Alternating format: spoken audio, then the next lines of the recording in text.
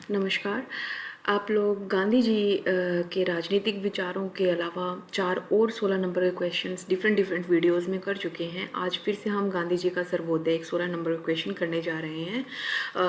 इसके बारे में आप ऑलरेडी 3-4 बार पढ़ चुके होंगे, आप प्रीवियस वीडियोस देख सकते हैं इसके लिए। लेकिन आज जो हम ये कर रहे हैं, ये सर्वोदय का 16 नंबर का क्वेश्चन है। और इसके लिए मैं आप लोगों को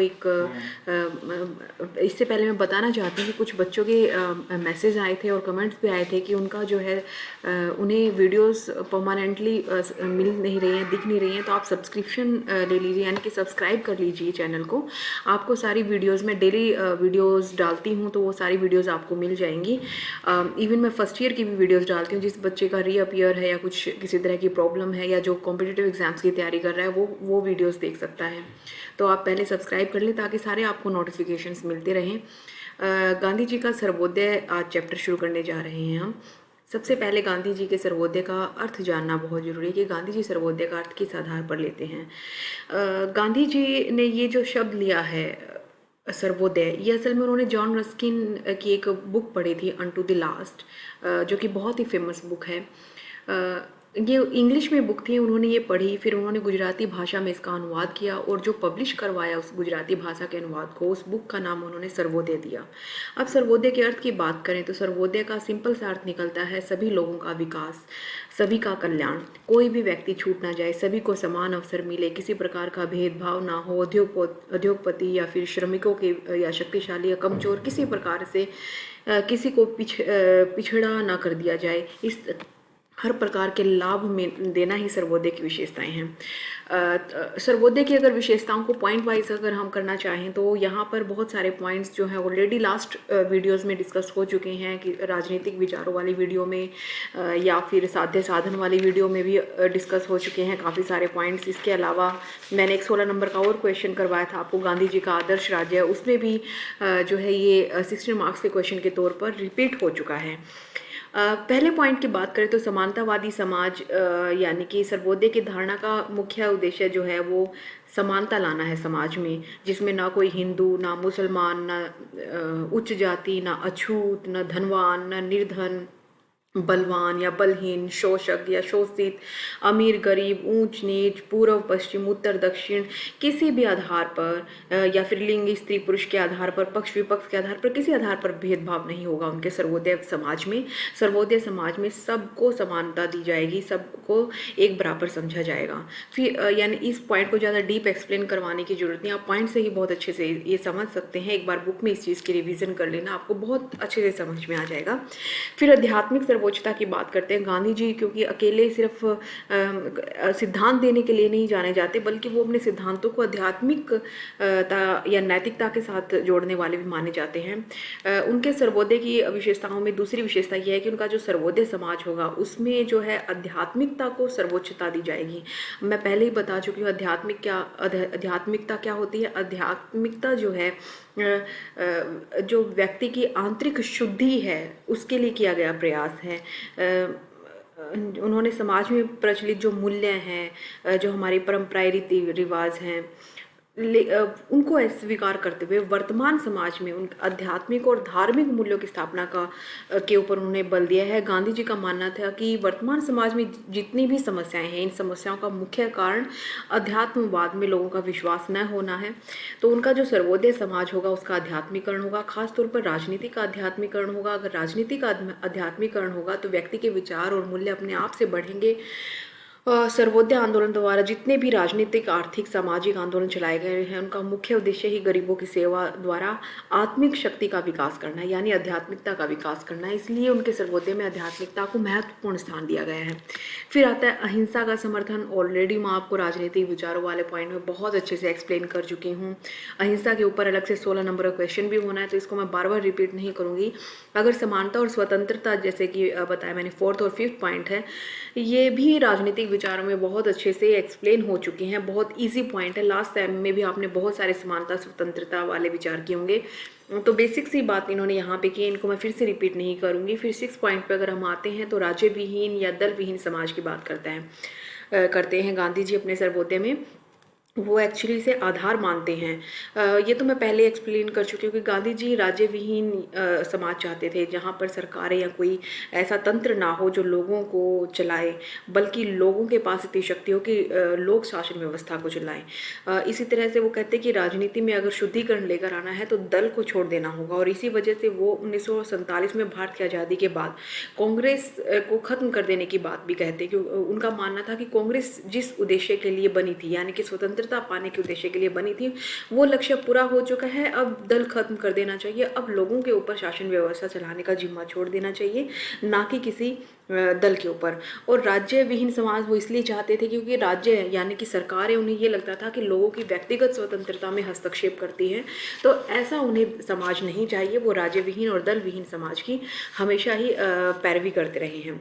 फिर नैतिक मूल्यों पर आधारित बल पर अधिक बल, नैतिक मूल्यों और आध्यात्मिक मूल्यों वाला जो पॉइंट है मैं ऑलरेडी राजनीतिक विचारों में करवा चुकी हूँ, यहाँ पे इसे बार बार रिपीट करने का कोई महत्व नहीं है, लेकिन फिर भी नैतिक मूल्यों को मोटा मोटा मैं समझा देती हूँ कि नैतिक मूल्यों को वो क्यों ज़्यादा जरूरी मानते हैं। उन्हें ये लगता है कि वर्तमान समाज में जो भी खराब स्थिति है, चाहे वो राजनीतिक, सामाजिक, आर्थिक, किसी भी प्रकार से हो, इसका एक ही कारण है, लोगों का नैतिक मूल्य गिर गया है।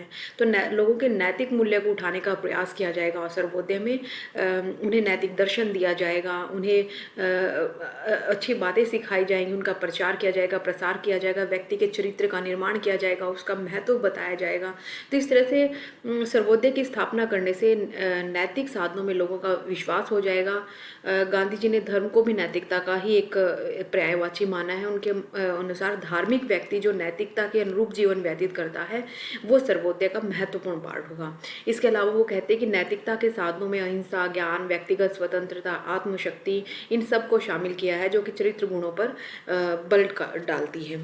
फिर ग्रामीण विकास के सर्वोदय लाभदायक, इसमें मैं आदर्श समाज वाले में बता चुकी हूँ कि गाँव को प्राथमिकता या पंचायती राज को प्राथमिकता पे लिया है।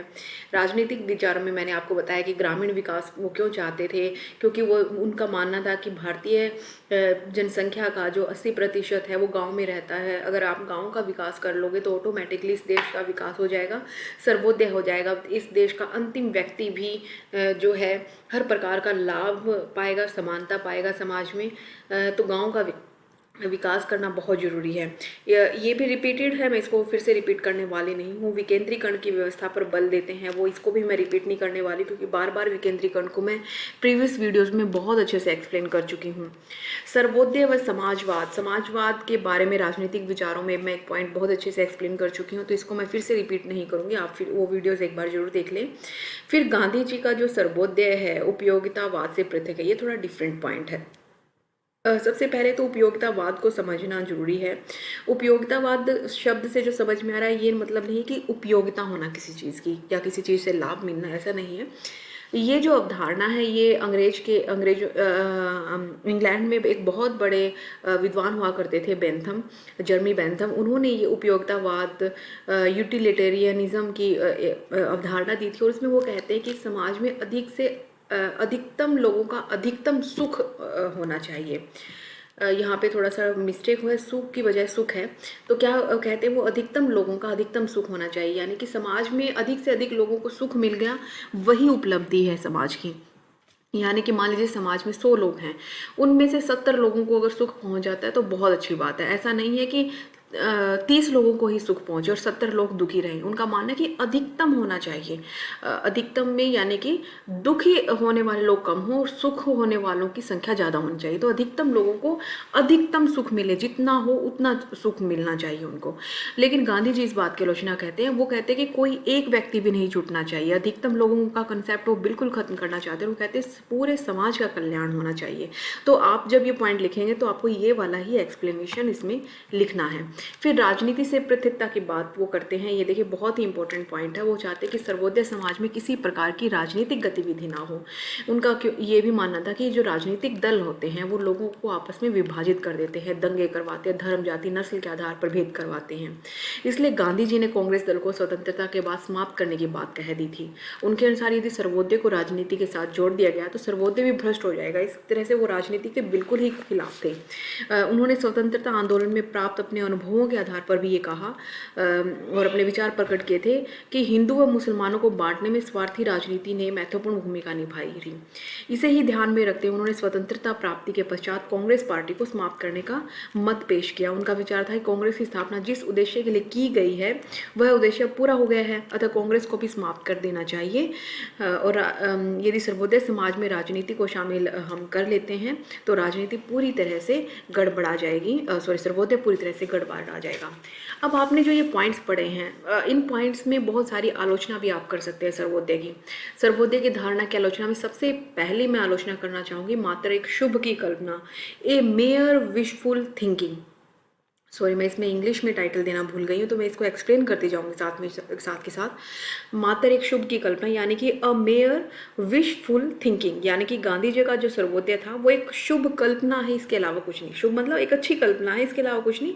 व्यवहार में, प्रैक्टिकल में इसे लागू करना बहुत ही मुश्किल काम है, क्योंकि आज का जो समाज है, आज के समाज में भौतिकवादिकता इतनी बढ़ गई है, लोगों में स्वार्थ भावना इतनी बढ़ गई है कि वो अपने आप से चीज़ों को छोड़ना या नहीं चाहेंगे, बल्कि उन्हें ये लगता है, हम इस आधार पर भी गांधी जी की आलोचना कर सकते हैं सर्वोदय की, कि ये सिद्धांत सांसारिक मनुष्यों का नहीं है बल्कि ये देवताओं का सिद्धांत लगता है, क्योंकि इसका व्यवहार में हम इस्तेमाल नहीं कर सकते हैं। फिर दूसरा है मनुष्य के स्वभाव के अनुकूल नहीं, not it conformity with the human nature. Sarvodaya का सिद्धांत जो है मानव स्वभाव के बिल्कुल भी अनुकूल नहीं है। मानव स्वभाव कभी चाहता है कि जो घर में शोभा बढ़ाने वाली चीज़ें या उसे कंफर्ट देने वाली चीज़ें हैं उसको वो छोड़ दें, नहीं। वो तो चाहता है कि और ज़्यादा उसे भौतिक वस्तुएं मिले, और ज़्यादा उसे विलासिता की वस्तुएं मिले, और ज़्यादा उसे जो है लाभ की वस्तुएं मिले। तो आज के जो युग में मानव जो है वो इतना भौतिकवादी हो गया है कि भौतिक मूल्यों का दिन प्रतिदिन अनुयायी बनता जा रहा है। आज के युग में व्यक्ति जो है दूसरे व्यक्ति को पछाड़ने में लगा हुआ है, अमीर से अधिक अमीर बनना चाहता है, वो नैतिकता तो उसके अंदर रही ही नहीं है। तो इस तरह से वो कहते हैं कि मनुष्य की ऐसी स्वाभाविक प्रवृत्तियों की वजह से सर्वोदय का जो सिद्धांत है वास्तव में लागू करना बहुत ही मुश्किल है। फिर योग्य साधनों का कोई वर्णन नहीं किया गया है। गांधी जी ने बताया नहीं कि सर्वोदय को लाने के लिए क्या क्या साधन इस्तेमाल किए जा सकते हैं। गांधी जी ने अहिंसक साधनों को तो स्पष्ट किया, परंतु कौन से अहिंसक साधन ये नहीं बताया उन्होंने, कौन से व्यवहार में लाने हैं। गांधी जी के पश्चात जैसे विनोबा भावे आए थे, जयप्रकाश नारायण आए थे, इन्होंने बताया था कि सर्वोदय के साधन है भूदान है, ग्राम दान है, संपत्ति दान है, श्रम दान है। ये सब लोहिया जी और इन्होंने बताया है, जयप्रकाश नारायण ने भी, कि ये सर्वोदय के साधन है। आपने पढ़ा भी होगा फर्स्ट यूनिट के चैप्टर्स में। इन साधनों द्वारा सर्वोदय की धारणा को व्यवहारिक रूप पे लेकर भी आए वो, लेकिन गांधी जी ने क्या किया, गांधी जी ने कोई साधन नहीं बताया है। बहुत कम जनसंख्या या थोड़ा छोटा क्षेत्र हो, ऐसे देशों में सर्वोदय की स्थापना तो संभव है, परंतु भारत जैसे विशाल देश में जहाँ पर बहुत बड़ी भूमि है वहाँ पर सर्वोदय की धारणा लागू करना बहुत ही मुश्किल काम है। तो गांधी जी का जो सर्वोदय है वो लगता है कि एक किताबी है, प्रैक्टिकल या व्यवहारिक तौर पर इसे लागू करना मुश्किल है। चौथे आधार पर हम आलोचना कर सकते हैं कि राजनीति विहीन सर्वोदय समाज संभव ही नहीं है, यानी कि जिस समाज में राजनीति ना हो वो तो संभव ही नहीं हो सकता। छोटे से छोटा, बड़े से बड़ा देश, इस विश्व का कोई भी आप देश लेकर आ जाओ, उनमें आप देख सकते हो कि बिना राजनीति के, बिना दलों के कोई सरकार नहीं बनी और शासन व्यवस्था नहीं चली है।